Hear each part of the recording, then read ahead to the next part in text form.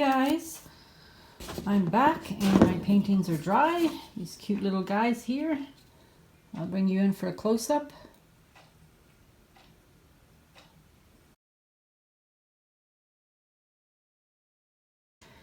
I was just doing some testing with my Satin Enamel and didn't like it, didn't like what I was getting.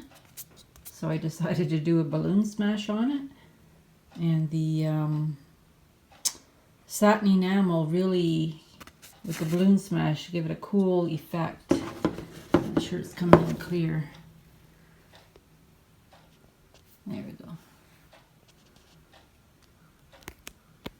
So I might just do something else, like a bigger canvas with a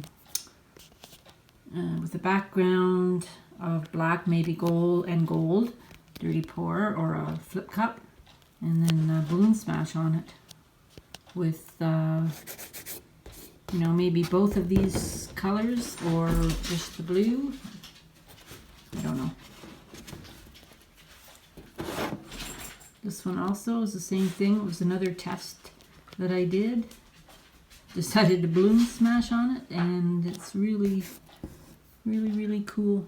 That almost looks like a little cartoon character right there.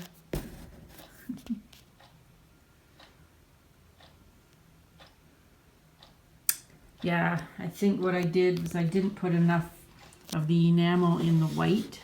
I only put a quarter of the amount of enamel in the paints to like 1 part paint, quarter part enamel. So that's why it didn't really react like a cloudy effect.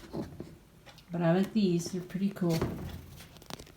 So thank you for watching my video. Have a great day, and don't forget to look for our new Facebook group called Acrylic Art and Pouring Friends, and join.